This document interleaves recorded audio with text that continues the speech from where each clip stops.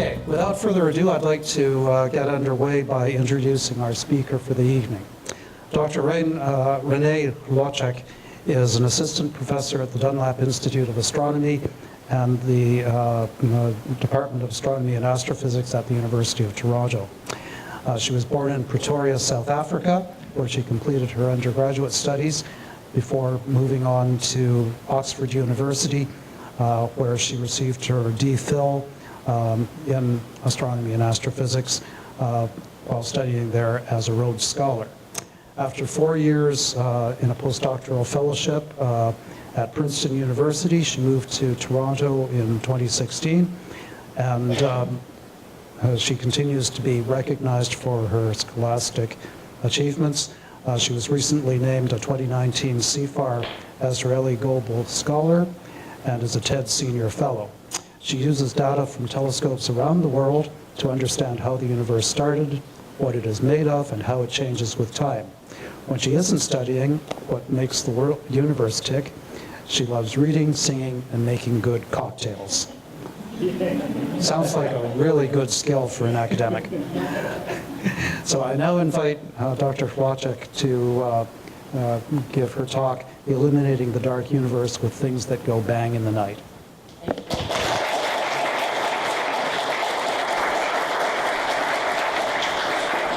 Thank you for that introduction. It's great to be here. I've been in discussions about coming and giving a talk for a while, and I'm really glad we could make it work. And this is my first public talk as a Canadian permanent resident. Academics are not known for their ability to do administrative tasks, and so while I've been here for 4 years, it took me 3.5 years to actually get all the paperwork together, but I did. So I really feel like I have the best job in the world. I get to not only ask great questions about what the universe is made of and how it's changing with time, but I get to try and answer them as well. And so I use telescopes all over the world. I just wanted to check, are we okay for sound? Yeah, can you pull it away? Let me pull it away, yes. It sounded like I was popping a little bit. Is that good? Okay, great. So I get to use telescopes to look at the sky, and I had to start by just, let's see if this works. It does not seem to work. That's okay, I can use my hand. So I have to throw a little bit of shade on the Northern Hemisphere because this, of course, these are Large and Small Magellanic Clouds, and I always need to pay homage to my colleagues and family in the South because we have a really beautiful sky, but we also have a beautiful sky in North America too. And so building telescopes at dark sites allows us to answer these questions. And so a lot of astronomy is building bigger telescopes that can look further and further out into the cosmos, because we're looking, as we look further away, we're actually looking further in time as well. I have to give a little plug for this video. So I worked with the TED team making an animated video. If you have any 12-year-olds, this is a really fun video which summarizes basically what I do in sort of 6 short minutes. And they made me a little cartoon avatar. So that's apparently what I look like when I'm doing science, taking notes at the telescope. But one of the person that we rely on that built a lot of the mathematical framework for my studies, of course, was Einstein. And a lot of my work uses the theories of general relativity and the equations of general relativity to understand the makeup of the universe, because there's this fundamental relationship between what the universe is made of and how it expands and how it curves. So there was this famous phrase that says, space tells matter how to move, and matter tells space how to curve. And so we like to do the accounting of the universe, not in terms of mass, but in terms of energy density, because of course we know E equals mc squared. I can convert mass into energy, but we know that radiation has energy as well. And the energy contained within a space actually changes the curvature of that space. So the image that you see here, which is, imagine we could draw curved lines onto the space around the Earth. We see that orbits are really matter moving around in response to the curvature of space. So the Earth makes the space around it curve, and then a satellite is responding to that by following the sort of the shortest path, which is the orbit. And this underpins a lot of my work. So it helps to start by asking, what do we actually know about the universe? And particularly, what do we know about what the universe is made of? Because that's the kind of accounting that I do all the time. We have a very simple model. I'm embarrassed to say, delighted and embarrassed at the same time, to say that we actually, using Einstein's theory of GR, and only a few numbers, we have a very simple picture of what the universe is made of and how it changes. So we know that the universe is around 13.7 plus or minus point a few giga years old, so 10 to the 9 years old, and it's made up of very few different types of components. We think the universe is made up of atoms, dark matter, and dark energy, and I'll talk about those two components in a little bit more detail. We also think that there are roughly the same number of lumps of different sizes in the universe. So when we talk about scale invariant fluctuations, we mean that there are as many small fluctuations as very large fluctuations if you look over the whole history of the universe. And that we know that the first stars formed around 200 million years after the Big Bang. And this is wonderful, but of course there are lots of parts of this model that we still don't understand. So everyone needs a pie chart. Every good talk needs a pie chart. And so this is the pie chart of the total energy of the universe. We have the heavy elements, the Earth, and all of the atoms that we kind of know. We have neutrinos, we have stars. A very small fraction of the total energy of the universe is made in stars. And then we have a lot of gas, hydrogen and helium. And the rest is made of dark matter and dark energy. And you'll notice that most of the pie is this light color.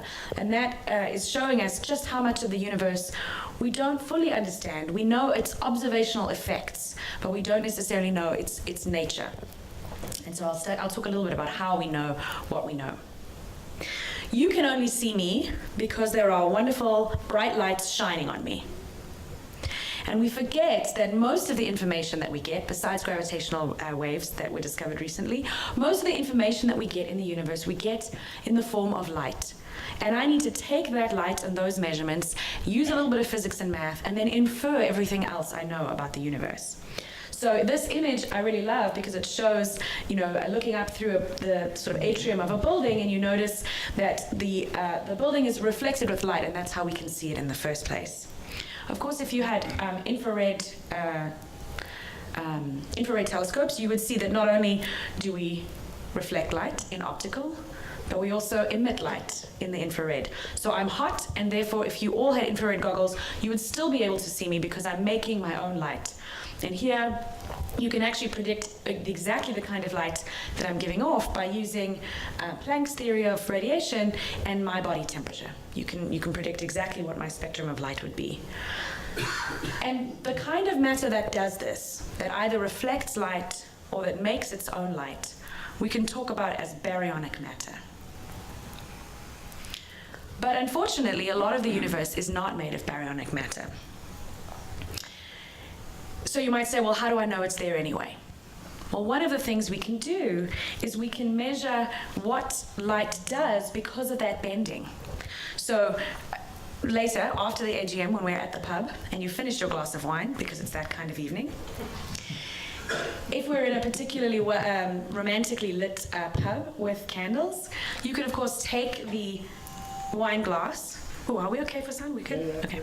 You can take the wine glass and hold it up to the candle flame.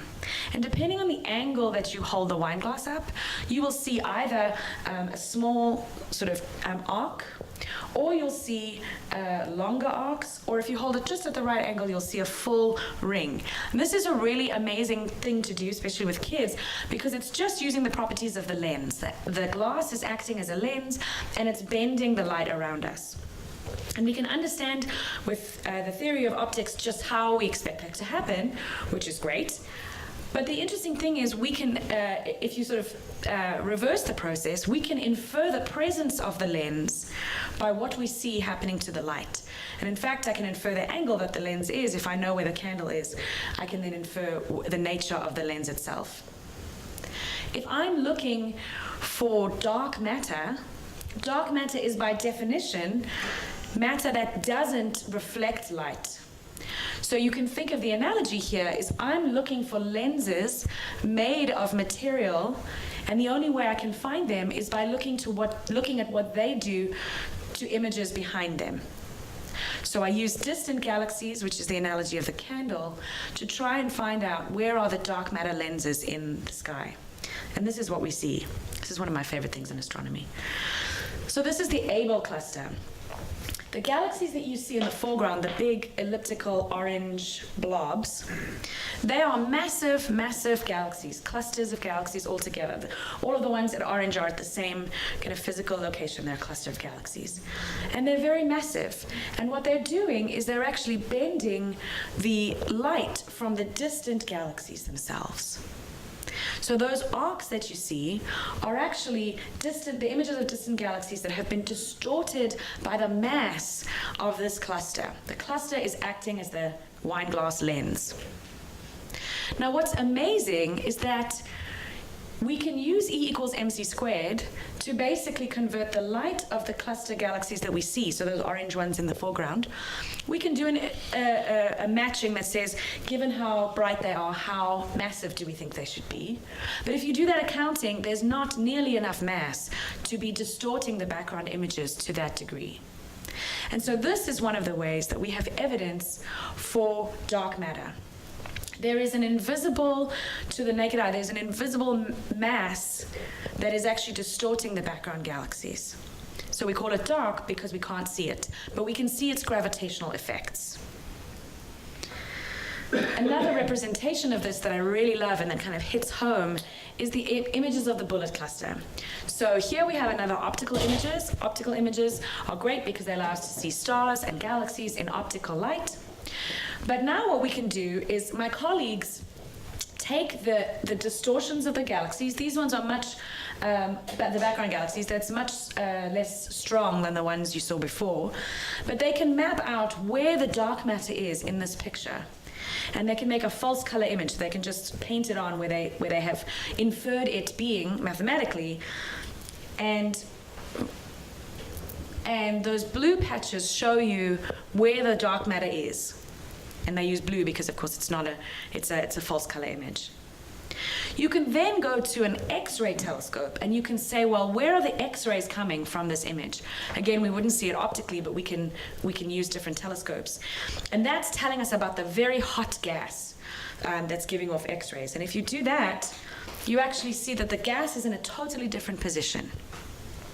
If we superimpose these together, you get this cool image. And the reason, now maybe you can see the reason why it's called the bullet cluster.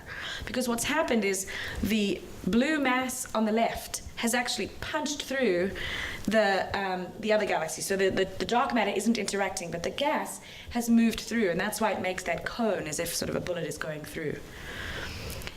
And so this image shows us one of the key features about dark matter. It's weakly interacting. It doesn't interact with light, and also it doesn't interact with each other. So it only interacts gravitationally. And that's what makes dark matter so hard to find. And it's a really, really interesting avenue of discovery that we're trying to measure it. And there are many ways that you can try to look for it, either by building a deep mine and searching for dark matter particles, or by trying to infer some of its properties. Okay, so that's dark matter. Dark matter is amazing, but it doesn't even make up the majority of the dark and confusing things in the universe.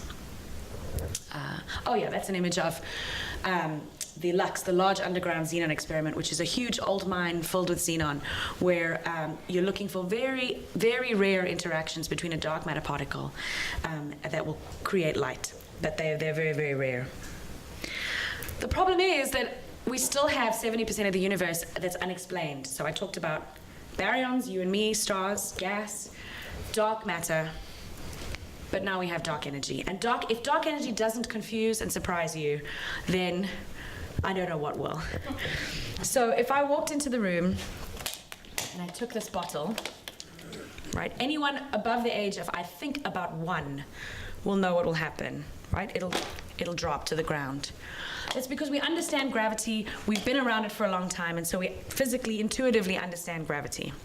But now imagine if I walked into the room and this little girl dropped the ball, and instead of the ball falling to the ground, the ball started to float away.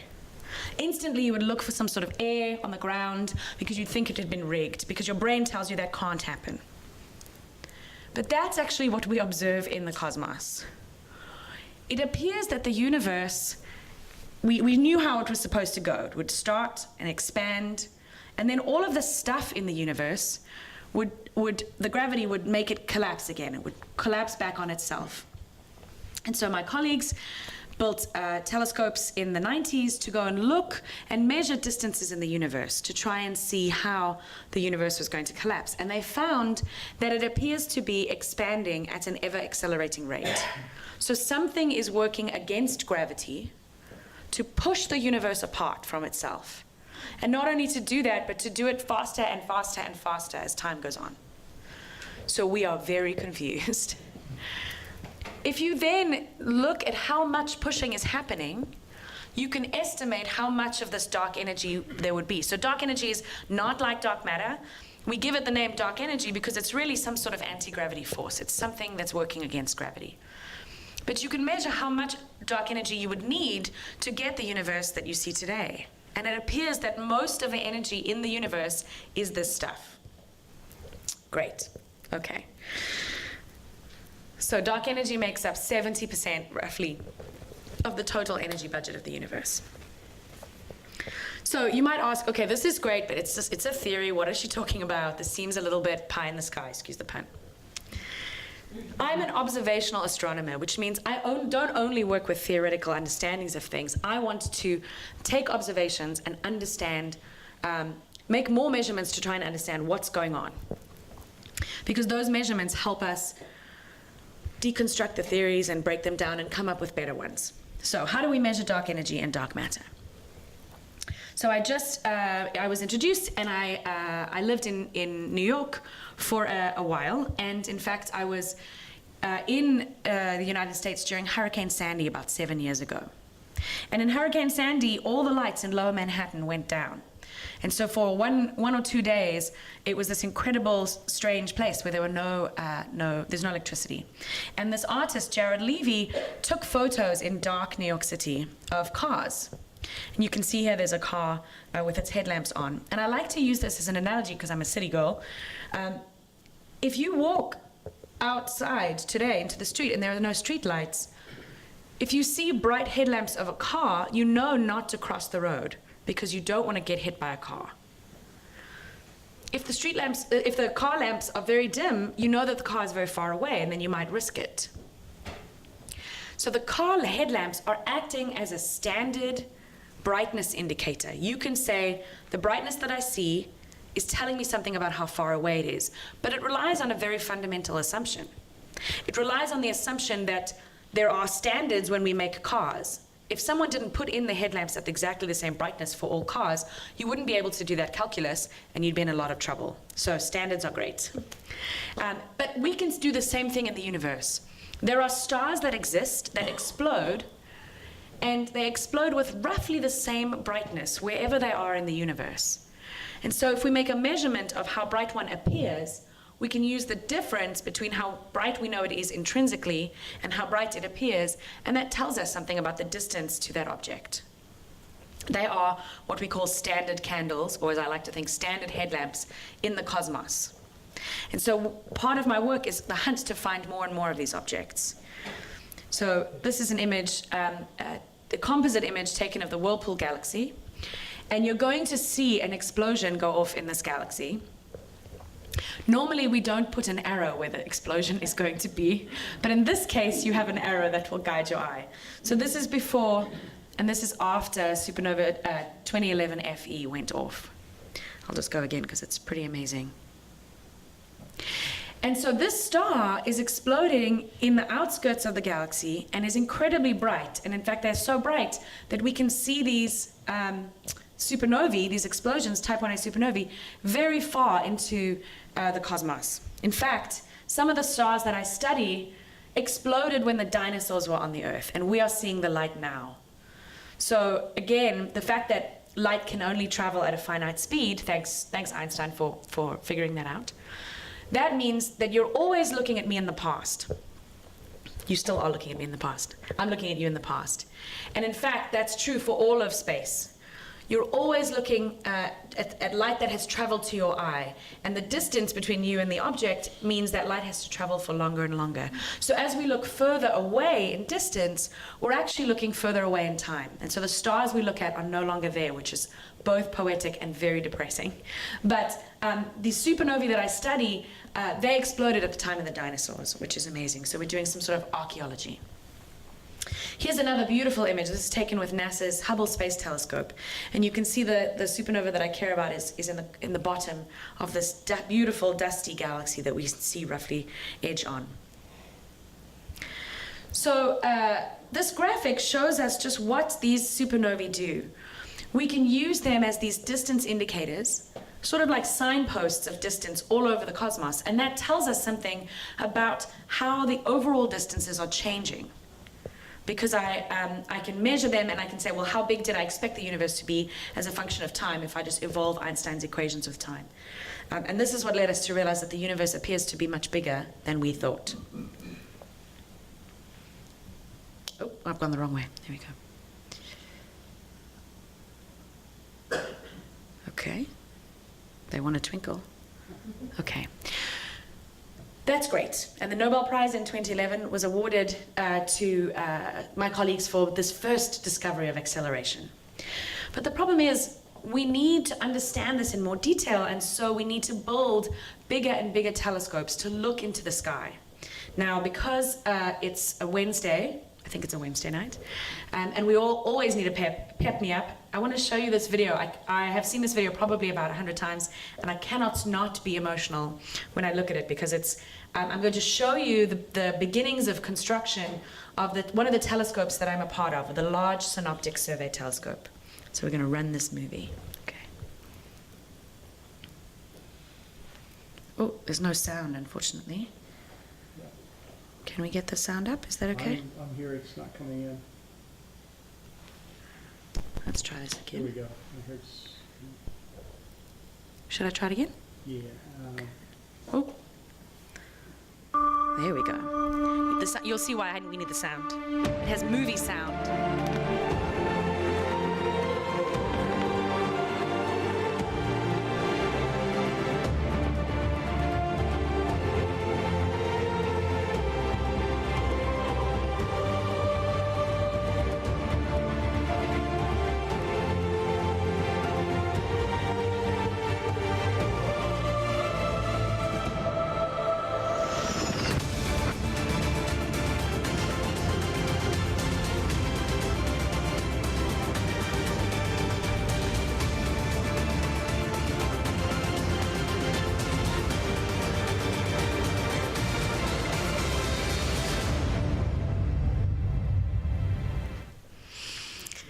So the Large Synoptic Survey Telescope is actually more developed now. I'll show you some more photos.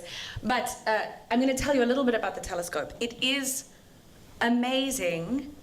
I am so privileged to be able to be part of this huge group of scientists that are designing and constructing this incredible instrument. So it's in the deserts of northern Chile. We choose it because it's a very high site with very little water vapor in the air, so we can see far into the sky with an incredible seeing. So we have 0.6 or 0.7 arc-second seeing, so a really incredible sight. It's huge, so it has an 8.5 meter diameter mirror, and this mirror had to be driven from Arizona and then put on a ship and then shipped to Chile and then driven up the mountain. None of us were sleeping. It's very, very stressful. And it's taking huge amounts of time. It's been under construction for a really long time. And many, many different teams have been collaborating on the mirror and obviously the dome. And in fact, this is oh, that's the boat. As of only recently, oh, more music. The dome is operational. And this is really important because LSST is going to scan the sky every couple of days. So it needs to be able to move.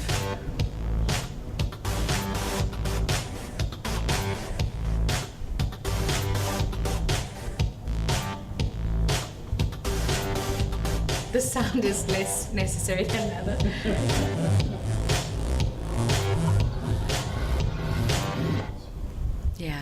It's a really, really massive telescope, and it has to be able to move incredibly precisely. Here's another photo during construction. And it has a very large field of view. So that's the size of the full moon. It has a 3.5 degree field of view. And so it will be able to scan the entire sky from Chile every 3 days. It has a 3,200 gigapixel camera. So the reason I have my phone here, other than to check the time, so this has a 12 megapixel camera, right? So just to put that in, I take great photos with this. Oh, that's not what I wanted to do. And it's incredible. So it will make these, by the time it's complete, it will map out 20 billion galaxies, 17 billion resolved stars, and take 6 million orbital objects in the solar system to be able to trace them out. It'll have incredible resolution. As I said, the seeing is really incredible. It will also go roughly down to about the co-added depth to about 25th magnitude. So that just is, it's inconceivable to think about how many stars you'll see. But to do that, I thought, oh, and here you can see a tiny little human, so you can now get a sense of scale for LSST. So it's useful to remind ourselves just what this means. So a colleague of mine, the resolution isn't great on the screen, but these are, if you digitized old photographic plates, which is what was the case until the early 2000s, you would see something like this. And we're going to concentrate on this galaxy-like looking thing. The Sloan Digital Sky Survey, which operated initially until 2015 but continues, did a really great job of mapping a lot of the sky and has allowed us to see these galaxies in more depth. But of course you can see, these are the images that you've seen before. You'll notice that there's some stars and there's some galaxies in that image.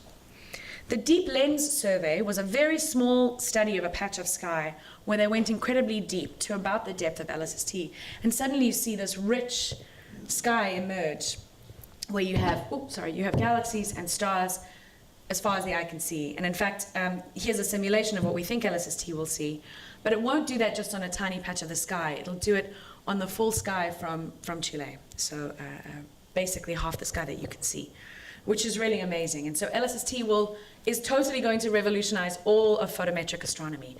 Now, when I say photometric, what I mean is it'll only take images in filters, in certain filters on the sky. It won't be taking a spectrum, and we'll rely on other telescopes to take a spectrum of interesting objects that we need to follow up. So why do I care? This is another little movie that'll show you roughly the kinds of objects. So these are now supernovae that are going off in the sky. And LSST will just see the sky glittering because it's able to scan the sky every couple of days. So the way I find something that goes bang in the night is just like the way if you did that 2009-2019 challenge, you look at a photo of yourself in 2009, photo yourself in 2019, and lots has changed. But LSST will do that on the sky every couple of nights, which means any supernova that goes off we'll be able to detect really easily. LSST will deliver 20 terabytes of data per night and expects to have 10 million of these alerts every night. And the reason why we haven't seen them before is because no one has been able to scan the sky so rapidly and so over such a wide area. So we need to figure out how to handle this much data. So I care about studying these supernovae, and I also love analogies. Some of my students wish I didn't so much. But if we say, imagine all of the supernovae that we currently know, you can think of as this fish.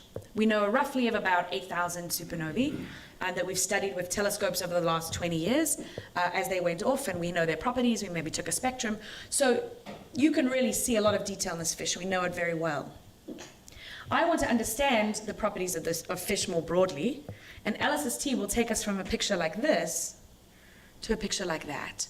Suddenly, there's a lot more diversity in this image, and I don't all know if the stars that I see exploding in the sky will in fact be these useful beacons that I can use to tell me about the distance. Because we know that other things explode in the sky, particularly old stars at the end of their lifetime just go kaput, and they don't explode with a standard brightness. It's a very particular type of supernova that actually is the standardizable candle.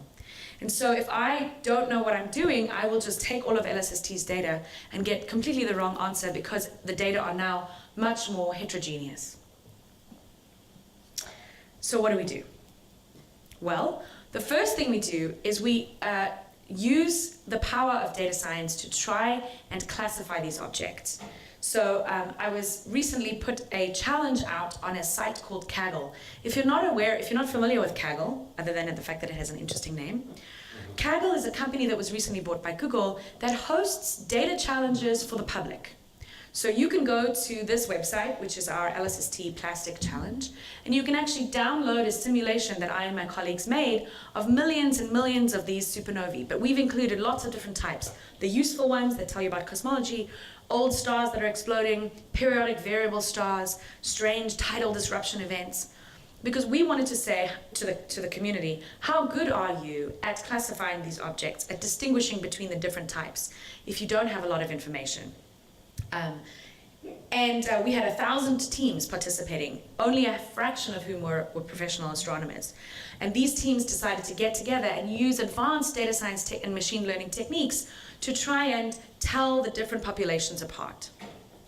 But you'll never know for sure with only a photometric instrument, and because you can't take a spectrum. So the spectrum is the very fine fingerprint that we can make of the object. And that will tell you precisely what kind of supernova it is. LSST won't have that luxury. If you took all the telescopes in the world and had them observe only LSST supernovae to check which type they are, they would do nothing else, and you'd still only get a few percent of the total number of objects that LSST will discover. So we need to use these techniques where you don't have all the information to come up with some probability that you think it's a type 1a supernova that's useful, or it's an old exploding star, or it's an RR Lyrae pulsating variable star. All you'll have is this probability or this confidence. And my work in observational cosmology is starting to use those probabilities to help me answer these questions about the universe. And to do that, I need to rely on this gentleman. This is the Reverend Bayes. He lived many, many centuries ago and developed a lot of statistical theories to try and help us understand problems of statistics. He wasn't really interested in cosmology. A lot of his work focused around money, which it often did in the past. But he was the founder of Bayesian statistics. So you may have heard of the difference between frequentist and Bayesian statistics. And a lot of people will tell you about flipping coins and numbers of trials, and it gets very confusing. And I don't like confusing statistics talks. So I'm going to explain what Bayes is using a very simple analogy. Okay. If I told you that I showed up today, only 1 or 2 people saw me arrive. And so if I told you I arrived today on my dragon, that seems legit, doesn't it? So if in a class of 5-year-olds, they all laugh at me instantly. So most of you would think that that can't be true. But if you just use the fact that I'm standing here, then the dragon theory puts me here just as well as the Uber theory, or the walking theory, or the TTC theory. You don't have any other information if you just use the fact that I'm standing here. However, the reason why you know I definitely didn't come by dragon is because you have a prior belief that dragons don't exist. That prior belief happens to be correct. And so you can rule out the fact that I said I showed him by dragon, not using the fact that I'm here, but by using your previous information. And Bayes and Bayesian theory is a way to incorporate that prior information into the problem. So, how does that relate to supernovae? Well, when I'm trying to use these distance indicators to tell me something about what the universe is made of, I put them in my equation, and then I say, well, but I only want to weight that contribution to my total equation by how likely I think that it is, in fact, this type of supernova, this useful supernova. And therefore, if I have some information that's not important, I downweight it by the fact that I think it probably comes from an object that isn't the supernova I care about. So Bayesian analysis allows us to incorporate uncertainties in the type of an object into our analysis. Why do I want to do this at all? Well, I showed you the pie chart at the beginning of the talk, and you see here, I'm going to take you through the kinds of things, the kinds of diagrams that I make all the time. What I'm interested in understanding is the ratio between that dark matter piece and the dark energy piece. So I told you that about 25% of the universe is made of dark matter and about 70% is made of dark energy, but the exact values of those, there's an error bar associated with that. And part of my work is to make that error bar as small as possible, because the smaller I make the error bar, the less uncertain I am about the makeup of the universe, the more my theories have to explain that. And so there's always this balance between observations and theory. And the better we can make the observations, the less uncertainty we have, and the more work the theories have to do. So I'm always uncertain in science. There's also always a little bit of uncertainty. And what I want to know is the ratio of the fraction of the universe made of dark matter, which you can see on the bottom of this graph, and the fraction of the universe made of dark energy, which is in the top half of this graph. In this case, I've simulated the universe, and so the truth is where that gorgeous star is. Okay. There's always going to be an uncertainty in this from our measurements, and so we have an ellipse. And that ellipse tells us that I can't really tell the difference currently between a universe that lies anywhere inside that ellipse. So if the universe has a little bit more dark energy or a little bit less dark energy, as long as it's in that ellipse, I can't really tell it apart. The interesting thing is if I take LSST's data and I don't apply this Bayesian weighting, so I just assume all the data that I get comes from the star that is useful, I can make huge mistakes in estimating exactly the wrong value of this. I'll estimate that the universe looks totally different, and I would get a really, really strange result. But if I use good Bayesian statistical frameworks and this huge data set, I can get to something like the yellow ellipse. I can really nail down the uncertainty in my cosmological parameters. And the reason why this is so important is because what we know the universe is made of now, I can then take Einstein's equations to the future, and I know how the universe ends because of this.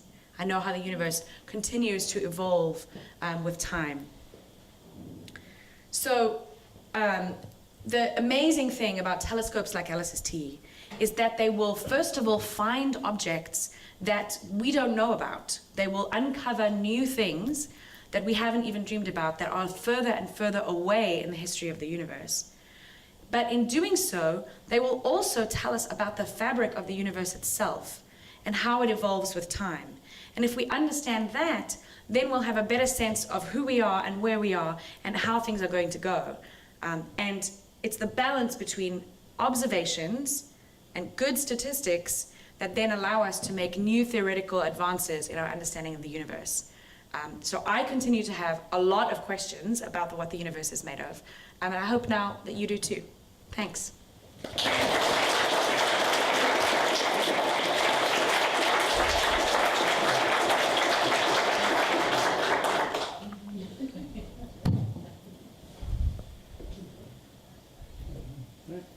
So we'll open the floor to some questions. Please. And we've got mics that'll be coming around, so everybody who's got a question, please let us know. I just have a question. You mentioned why you put that in Chile about the height and the water vapor. What does the water vapor do to affect? Oh, that's a great question. Thanks, and I didn't cover that. One of the reasons why when you look at the sky and the stars twinkle, right, they seem to move around. What's actually happening is the star itself isn't moving and the star isn't actually changing its brightness. But what happens is the light from the star hits the atmosphere. So actually, I'm going to take you to the candle analogy again. So if we go to this candle and we're looking through the candle, above the candle at each other, you'll notice that the air moves around, just like the hot air above a road moves around a little bit. And you can see a mirage is the image moving around. So the same thing happens. The atmosphere is hot air that's actually moving around. And so the light from the star hits the air and wobbles. Like as it gets to your eye, the fact that it's moving around is coming from the atmosphere. So the thing about Chile is you're just further up, so there's less air, and the air is thinner. And so you actually, there's less of that motion around. It still exists, but there's much less of it the higher up you go.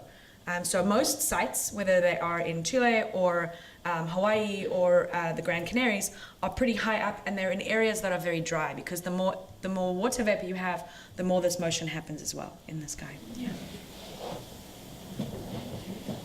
We have a question from online, and it asks, how do you think that the James Webb Telescope might assist you in your work? Oh, great. So the James Webb Space Telescope solves the problem of the atmosphere because you put it in space. So as soon as you go to space, the reason why Hubble has great images is because it's in space. It doesn't have to worry about the atmosphere. James Webb is another huge telescope that will be in space. Interestingly enough, the James Webb Space Telescope is looking at a very different part of the electromagnetic spectrum. So I told you that if you know what the temperature that I am, I don't know, hotter than I was an hour ago, you can tell exactly what light I would be giving off. Similarly, the type of processes that are happening in the object, whether it's an exploding star or it's a hot gas or it's dust, that actually sets what wavelength of light it gives off. So I don't know if you've seen images where it looks like there's just like a black hole, like a big patch that you can't see through and there's stars around it. So typically dust blocks optical light, and so we can't see through optical light. But James Webb is looking in the infrared, which means it can actually see the dust particularly. So it will give us a different picture potentially of the same object in the infrared.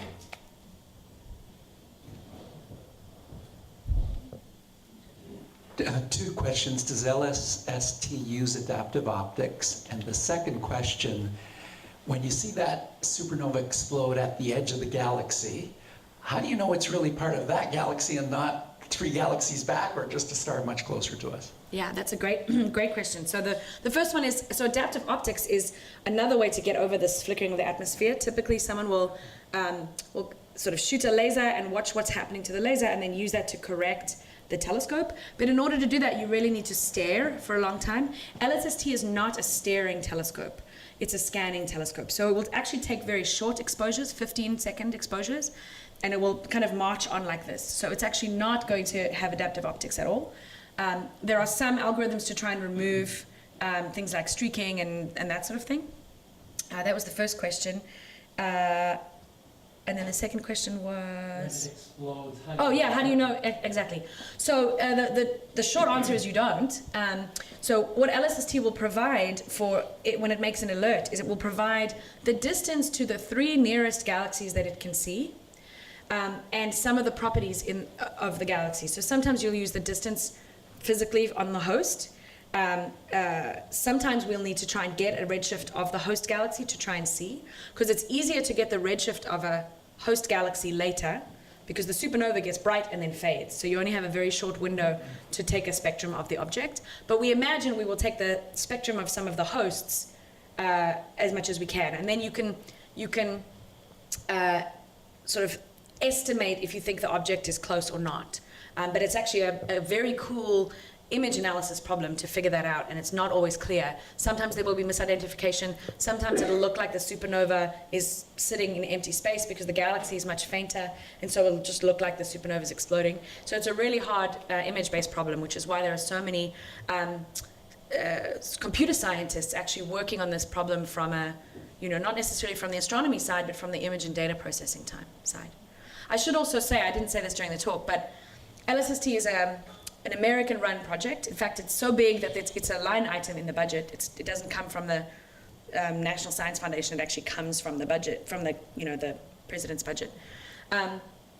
But Canada is applying to join LSST. So some of us have been working inside LSST for a while, but we're actually proposing, one of the things I'm proposing as part of Canada has this Foundation for Innovation, and I'm proposing that we build a huge data center in Canada that will process the LSST data and will provide access to all Canadians, because it's our big push to make sure that all Canadians have access to this data. So watch the space. I'm putting in my proposal in January, so it should, and that data set will enable us to process this data and do a lot of cool science. So Renée, thank you for a great talk, first off.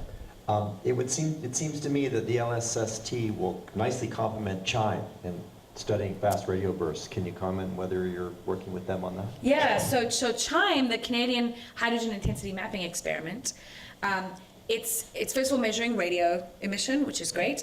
So it actually has it's so interesting how different telescopes work. So LSST will have exquisite resolution. It'll be able to measure these tiny stars with very, very precise resolution, sub-arc second resolution.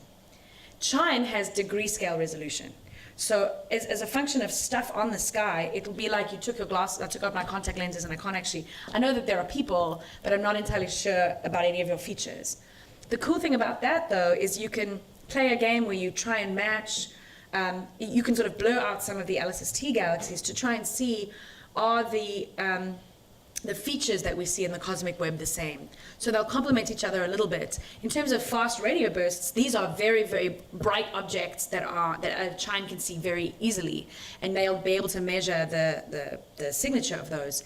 And you might try and do a target of opportunity observation. So a very small fraction of LSST's time will be able to interrupt its scan and say, go and look at that part of the sky. So we're going to try and do that both with gravitational wave detections and with some FRBs as well to try and match them up. Yeah.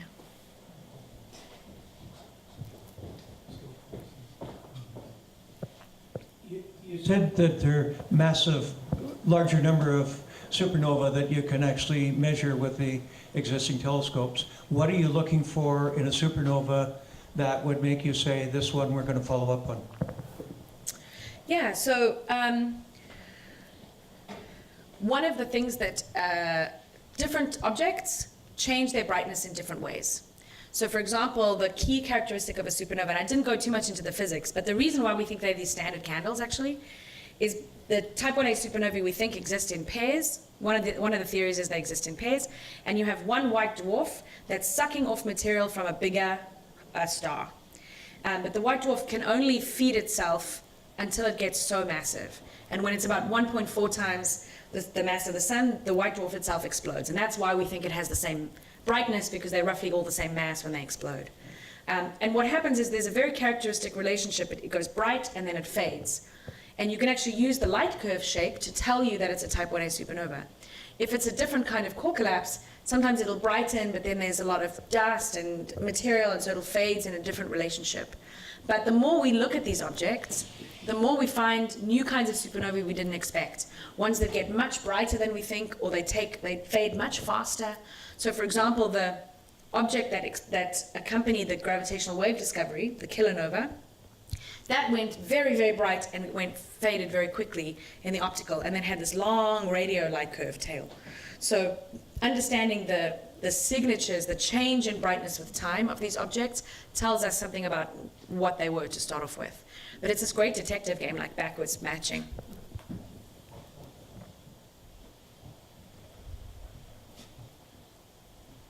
Another question from online. Did you mention anything about the opening time, the commissioning time, and when it's going to be ready? Oh, I didn't. No, that's great. So LSST, as you see, is being constructed now. So the commissioning will start in 2021, and then we'll have a couple of months of figuring out what it looks like and how we can analyze it. Science operations will begin in 2022, and we should be able to get some data in 2023. So I'm furiously working now with simulated models of the sky to try and prepare ourselves, because one of the things, when I said 10 million alerts a night, we don't know how to handle 10 million alerts a night. It's basically going to make like the internet every day, just like dump the internet on your computer. And so figuring out ways to throw away data that isn't useful is one of our big challenges. The other thing to try and understand is, how do we handle this matching with host? How do we handle processing the galaxies from ones we've seen before and matching with other catalogs? So 2023, do not wish for that to come any sooner than it is, because we're working very hard. Another question. You mentioned 10 million hits a night. What about Starlink and its interference with our night sky? Yeah, it's really, really very worrying, actually. I mean, we already see a huge number of satellites. So LSST initially was kind of billed as a telescope that will look for asteroids coming towards us. So we'll be able to, we're scanning the sky every 3 days, we'll be able to see a lot of satellites. But Starlink, I wish, if anyone can get Elon on the phone, I know he's South African and he has Canadian roots too. This is a prime example, I think, of the way we need to use our voices and our tax dollars to try and encourage entrepreneurs and industry people to be mindful of the scientific riches and also the scientific risk associated with things like that. Very good talk. How do you see gravitational lensing affecting the research you're doing, and sort of vice versa? Is the research you're doing lend itself to better understanding gravitational lensing? Yeah, so that's a great point. So I should have said, so LSST, I've talked about the supernova side of things, but actually it has these, I'm part of the large dark energy science collaboration. So everyone involved in dark energy science, supernovae is one small slice of it, and there's a whole lensing working group. They're not interested in the sky changing night to night, but they're interested in making measurements of the small lensing effects that you see. So there is a lot of work we need to do to just do that mass mapping. But one of the coolest things, actually, my colleagues who work on strong lensing, which is sort of more like the images you saw with those big arcs, what happens is, and this is we've already detected this with other telescopes, you have a supernova in one of those background galaxies that goes off, and what happens is not only is there another copy of the image later, but because of gravitational lensing, there's a time delay. So you actually will see the supernova get bright, and then you'll see an identical light curve supernova get bright in the little other squidge. So there are some beautiful images. If you look, the name of the supernova that has recently been discovered to do this is called REFSDAL, R-E-F-S-D-A-L. You can see a sort of a cross around, there's a big lens, and then there's a cross of supernovae that have gone off, where the light curve happened months apart. And so that tells you something, again, about the mass, and it also tells you something about general relativity. It's utterly fascinating. And so we expect to see about 100 of those lenses. They're very rare, obviously, because you have to have a supernova going off right behind a big lens, and that doesn't happen that often. But we expect with LSST 100 to 200 of these strong lens supernovae, and that'll tell you something about gravity. Am I on?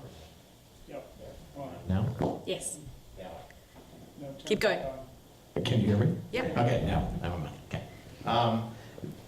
Can you tell us something about some of the statistics of your telescope? What's the focal ratio, focal length? How big's the sensor of the camera? There's some astrophotographers back here. Yeah, you go. Here we go. I actually have, I knew I was going to get this question, and so I have the... It's Joel's fault. Yeah, exactly. Okay, so final F ratio, F over 1.234. Mean effective aperture, 6.42 meters. Primary mirror diameter, 8.4. Field of view, basically 9.6 square degrees. Étendue, 319 meters squared per degree squared. What else do you want to know? Each pixel size is 10 microns. And yeah, focal plane is 189 4K by 4K CCD chips. So not bad. It's great because in general, I'm more like, how many galaxies, how many whatever, but I was like, I know I'm going to get a question about that. So will a portion of the LSST mission be to discover near-Earth objects and potential collision courses with Earth? Yeah, there's a whole local working group. So some folks are looking for near-Earth objects, and they will find a bunch of them. Also, just following the orbits of interesting solar system objects, whether or not they're going to collide with us. As I said at one part of the talk, they'll be able to follow 6 million orbits fully of objects in the local and sort of solar system environment. So you'll be okay. LSST will find any asteroids. I don't know if Bruce Willis is still available to go and fix it, but yeah.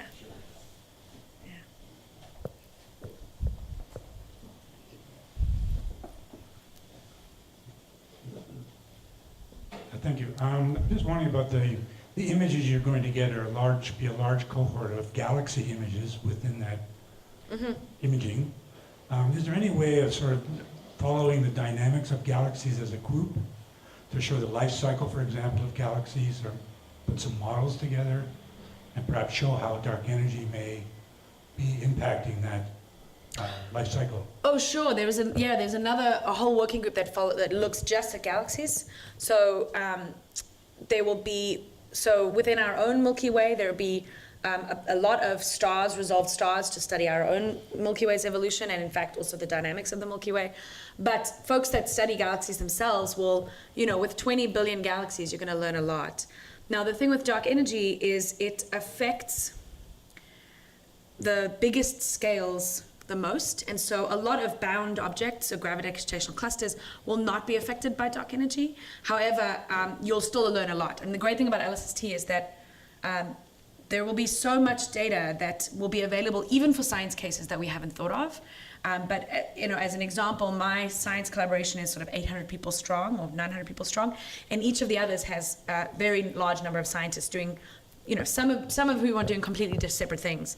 One of the things I should mention is that the way astronomy has worked historically is you go to a telescope, you take an observation, you put it on your hard drive, you come home and you and your students analyze the data. That's going to be impossible because even doing a query will crash the system.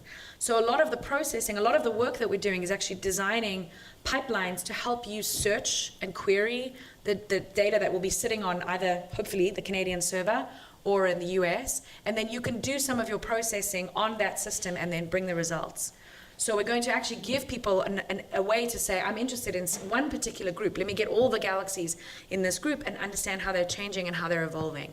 So it won't be the case that you need to know your science case when we get going. You'll be able to design your own science cases for years to come, which is great.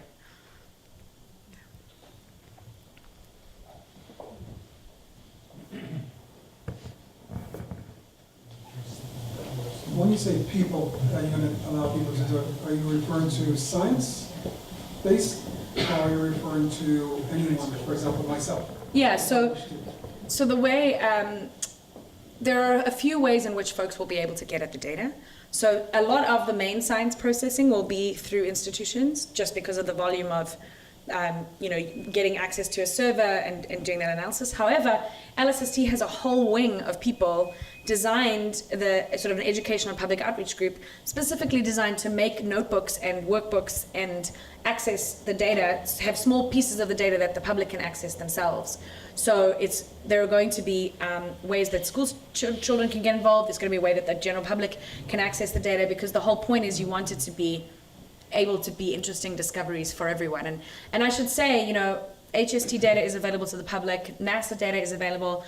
There is a huge mandate, and I think it's correct, that if astronomers are funded via taxpayer contributions, that our data becomes part of your life as well. And so there's a large focus on making sure that the data are accessible. It may not be that the entire catalog is available, but there are certain data products that will be released to the general public to do with whatever you want.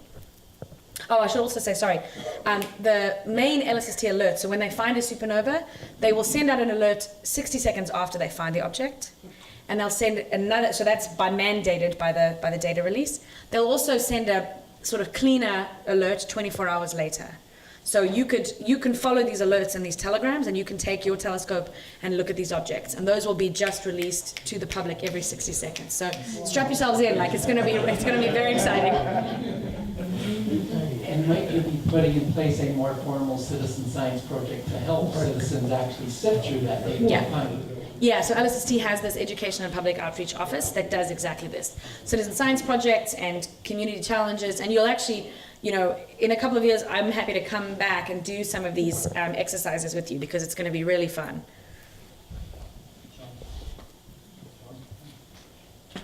I have a question.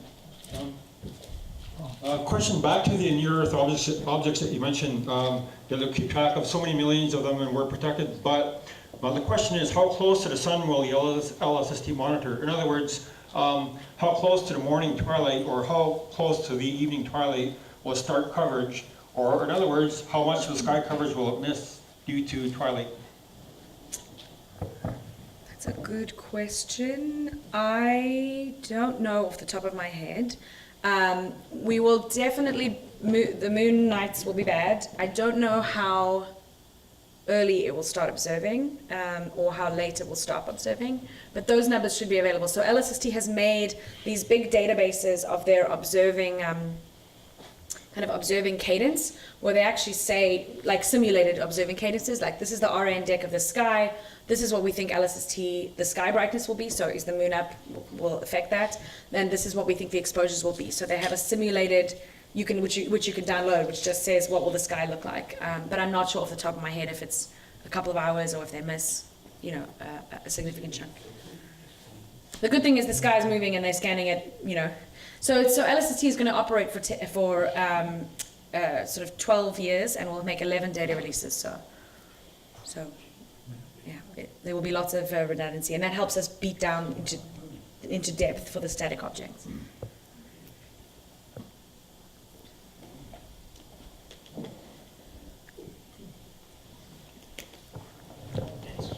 Okay. Okay. Thanks again.